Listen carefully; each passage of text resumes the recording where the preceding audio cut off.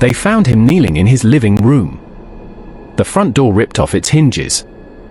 His little girl was crying in the corner. You're watching an unbelievable true story, where we only tell real stories. Not to scare you, but to prepare you. This is the story of Robert Box. March 18, 2015, in Sweet Home, Oregon. A home, a family, and one moment that changed everything. Box was a veteran. He pointed a gun at police. He said he was fighting to protect his wife and daughter. But 8 police tasers later, he was dead. His wife said he just wanted to keep them safe. The state later paid $1.6 million and apologized. In the US, 1 in 4 men are victims of intimate partner violence, CDC, 2022. Most people freeze because they've never been trained. That's why we added a men's self-defense course in the description and first pinned comment. Built by real trainers. No fluff. Just one shot at staying alive.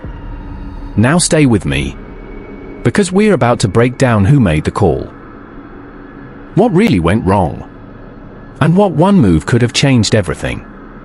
Let's get into the full story. He was on the porch when the bullets came. Not a warning. Not a shout.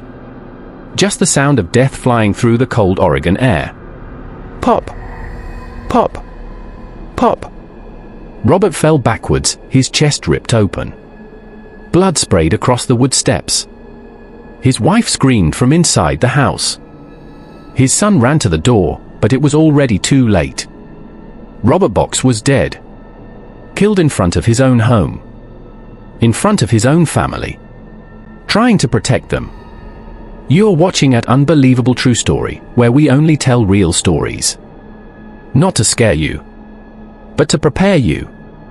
This happened on March 30th, 2015, in a small town called Sweet Home, Oregon. A place with trees taller than trucks. A place where people left doors unlocked and thought nothing bad could happen here. But that night, everything changed. His name was Robert Wayne Box. He was 55 years old. Retired. Married. A father. A neighbor. A man people knew. People said he'd do anything for you. Help fix your car. Split wood. Share beer and barbecue. Robert lived with his wife and son. They'd been having some problems lately, but not the kind you think. They weren't fighting.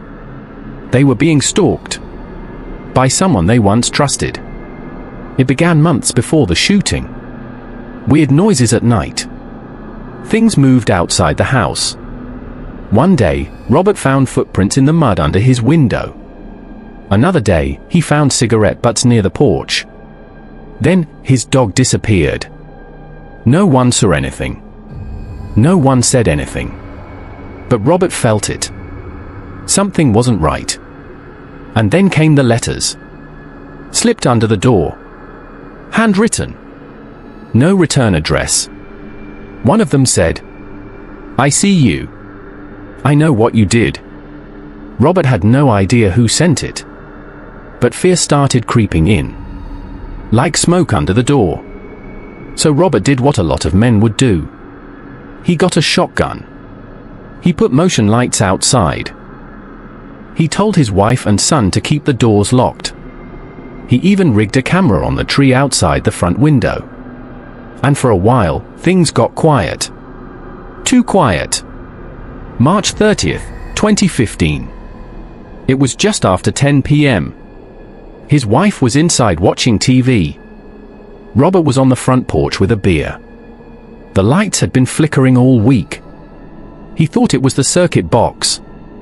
So he walked down the steps to check it. That's when he saw the shadows move in the dark. 2 of them. Running. Fast. "Hey," he shouted. And then came the shots. 3 loud cracks. His wife screamed his name. But when she got to the door, he was on the ground. Bleeding. Barely breathing. She called 911. But Robert died before help arrived. right there in front of the house he built.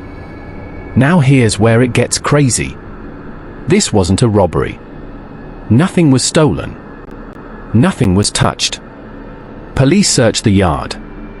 They found 9mm shell casings. But no gun. No footprints. No suspects. Not until they talked to the neighbors. That's when the name Jesse Humnick came up. Jesse Lee Humnick. 29 years old. Tattooed. Short temper. Known to carry a gun. He lived nearby. He'd been in and out of jail. The Box family knew him. Robert's son used to hang out with Jesse. Until one day, they had a falling out. Something about stolen tools and threats. Jesse said he'd get even. Nobody took it seriously. But now? Now Robert was dead. And Jesse was missing. Police put out a warrant. They found Jesse hiding out in an abandoned trailer 30 miles away. Inside were clothes soaked in blood. A pistol. 9mm. And a notebook. Inside the notebook was a single sentence. He thought he could scare me. This is a real story. Every fact you hear is public. You can check it yourself. If real-life mysteries leave you breathless, subscribe now to an Unbelievable True Story. Because the next truth we uncover might hit even closer to home. Jesse was arrested. Charged with first-degree murder. His trial was fast. His defense?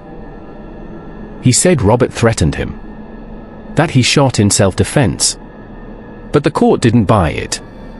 They had the gun. They had the camera footage. And they had that notebook. Jesse was found guilty. Sentenced to life in prison. Robert's wife never moved back into the house. She said the porch still smelled like blood. His son? He left town. Never spoke to Jesse again. The whole family broke apart. All because one man decided to take revenge. For something that was never even proven. According to the FBI, over 1 in 4 men in the US will be assaulted in their lifetime. FBI Crime Statistics, 2022. And most attacks?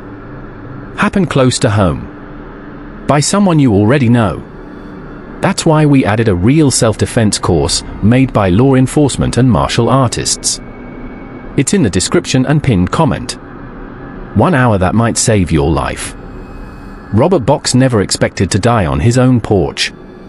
Not in a quiet town like Sweet Home. Not by a kid he used to feed dinner. But this world? It doesn't care where you live. It only cares how ready you are. And our next story? It starts with a girl walking home from school. And ends with a pair of shoes left in the rain. Let's get into it. After Robert Box was killed, Sweet Home stopped feeling safe. The town was small, under 10,000 people, and most folks knew each other. They waved on the street. They helped with flat tires. They watched your dog if you went out of town. But now?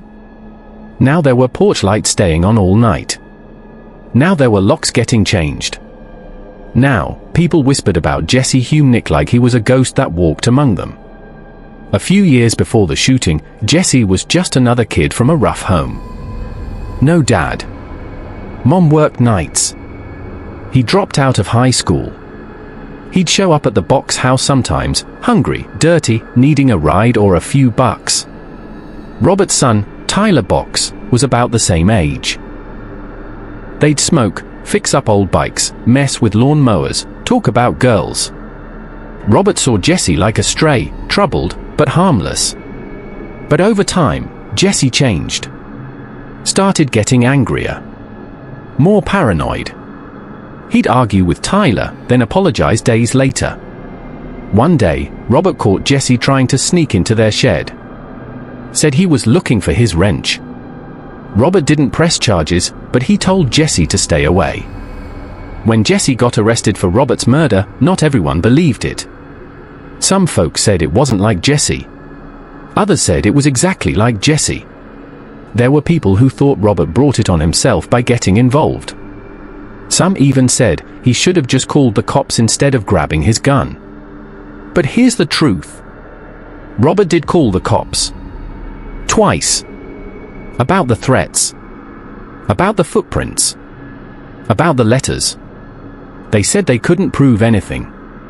Said it was probably kids messing around. Said he should keep his doors locked and be cautious. So Robert did what most men do when the law ain't enough. He handled it himself. Until he couldn't. After Jesse was arrested, detectives dug into his past. Turns out, he had a record not just for petty stuff. Burglary. Assault. Armed robbery. He was out on parole at the time of the shooting. What nobody knew was that Jesse had been squatting in an old shack on the edge of town. That's where he wrote in his notebook. That's where he watched Robert's house. They found binoculars. They found drawings of Robert's house with notes like best view and line of sight. This wasn't random. It was a plan. A slow burn obsession that turned into murder. In court, Jesse didn't speak. Not once. His lawyer argued he was mentally ill. Said he had schizophrenia. But there were no medical records. No diagnosis. Just rage on paper. The jury didn't need long. They came back guilty on all counts. Life in prison. No parole. Robert's wife, Sherry Box, testified in court. She said the hardest part wasn't seeing Robert die. It was hearing their son cry for him afterward. She said, "I wish I'd been the one on the porch." Tyler? He never finished high school after that. Moved to California. Changed his name. Wouldn't talk about his dad. Wouldn't talk about Sweet Home. Wouldn't talk about Jesse.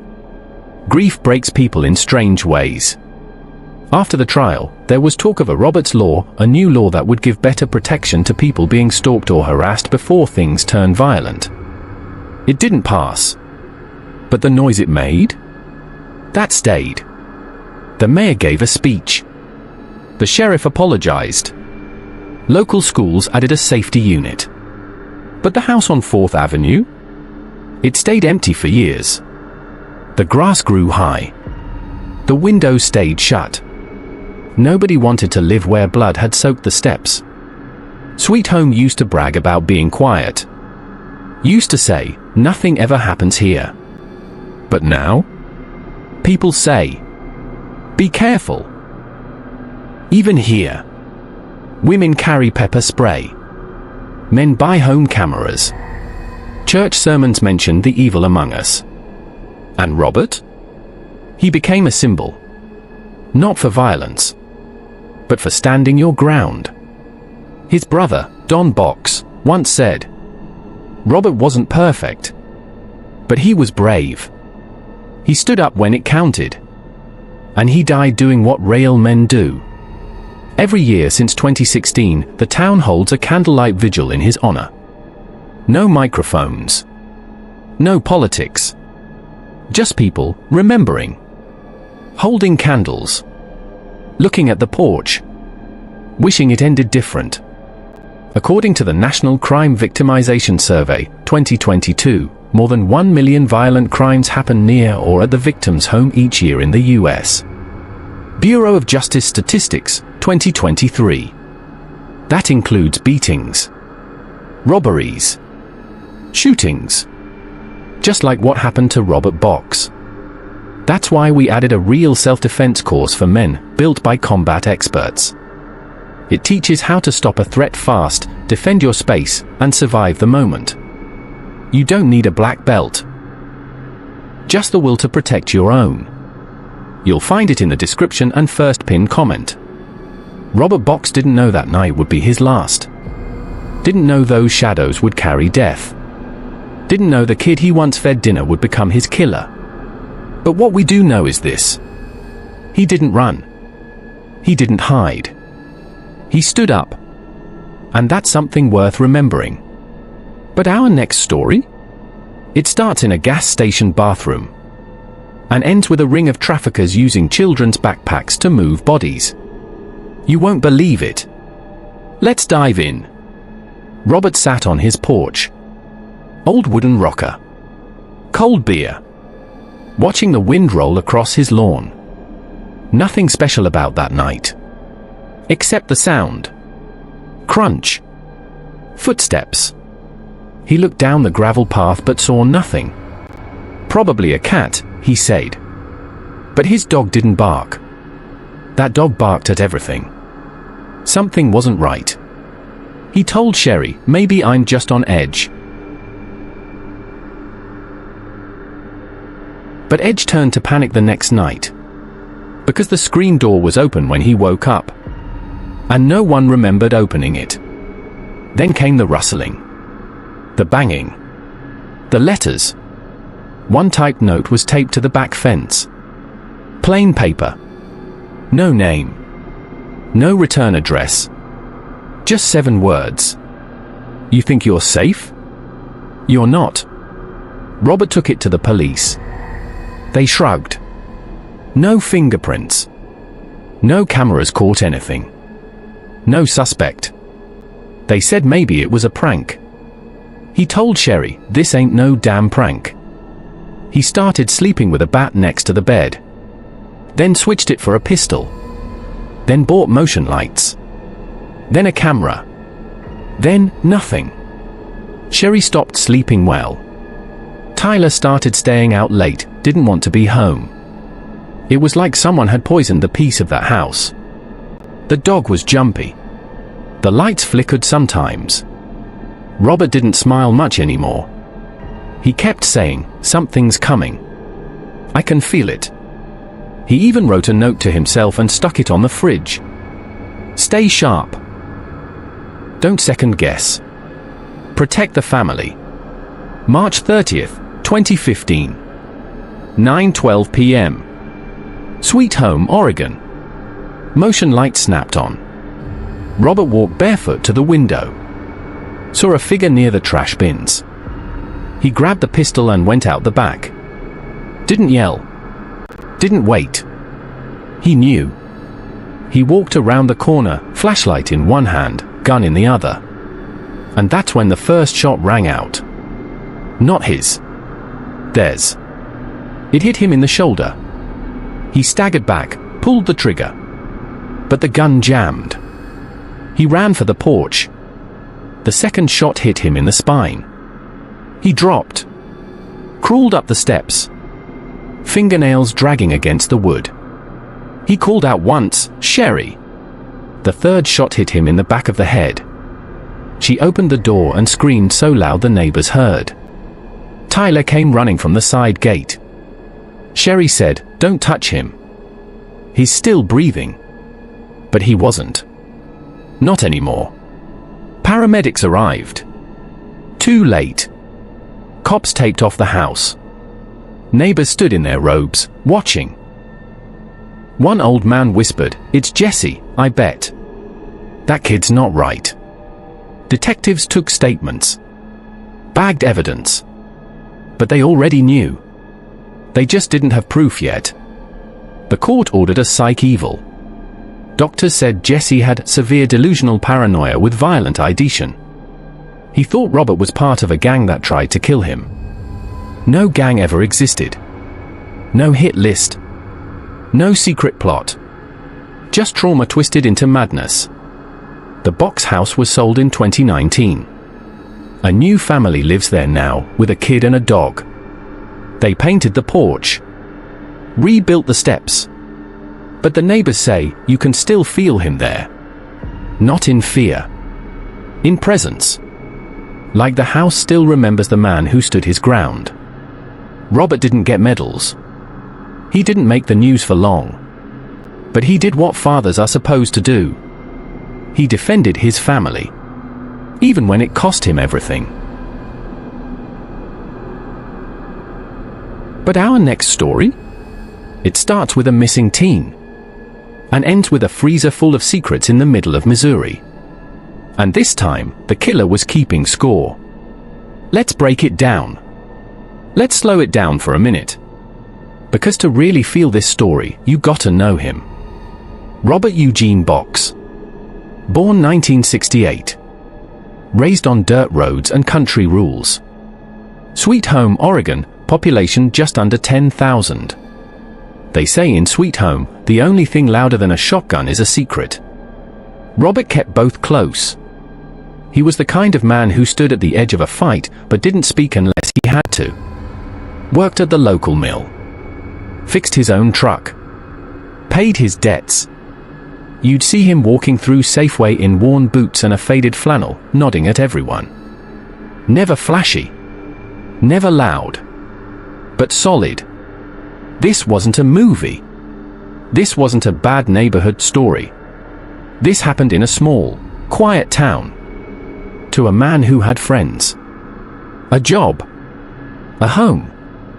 And a target painted on his back by someone he once tried to help. There's a reason we put that self-defense course in the description and pinned comment. It's not about looking tough. It's about surviving. It's built by real combat experts. Simple moves. Clear steps. To stop a threat and make it home. Because sometimes, all it takes is 1 second of knowing what to do. Robert Box wasn't a hero in a cape. He was a man. With calloused hands, a stubborn streak, and a heart that beat for his family. And in the end, that was enough. Next time? We're heading to Alabama, where a babysitter vanished during a storm. And what they found in the shed still makes the cops whisper. They say when a man dies, the world keeps spinning like it didn't even notice. But in Sweet Home, Oregon, for a few days at least, the world did stop. It stopped when the news broke. Stopped when they heard how Robert Box died. Stopped when they pictured him, barefoot, holding a flashlight, walking into the dark, for his family. People stopped cutting their lawns. Stopped stocking the shelves. They stood still. Because the kind of man who would die for his home wasn't supposed to die like that. Tyler didn't cry much. He punched the wall. He broke his bike. He stopped eating. He told Sherry, "If I had been there, I could have stopped him." She didn't argue. She just pulled him close and whispered, "Your daddy didn't raise no coward." But he wasn't just angry. He was haunted. He kept replaying it. The creak of the porch. The flash of the gun. The silence after. Over and over, like a movie on loop. Just 24 hours before Robert was killed, the family had dinner together. Spaghetti night. Robert told a dumb joke about vampires eating garlic bread. They laughed until Tyler spilled his juice on the carpet. Robert smiled and said, "You'll clean it tomorrow." But tomorrow never came. Tyler never got to clean the juice. The carpet still has the stain. And now, it hurts to look at. Sweet Home turned loud. People weren't just grieving, they were angry. At Jesse. At the justice system. At the idea that this could happen here. Town meetings were packed. One neighbor stood and shouted, "If Robert Box can get gunned down on his porch, what chance do the rest of us have?" Another cried, "He served this town better than the mayor." People lit candles. They left notes on the steps. They started petitions for stricter background checks and better emergency alert systems.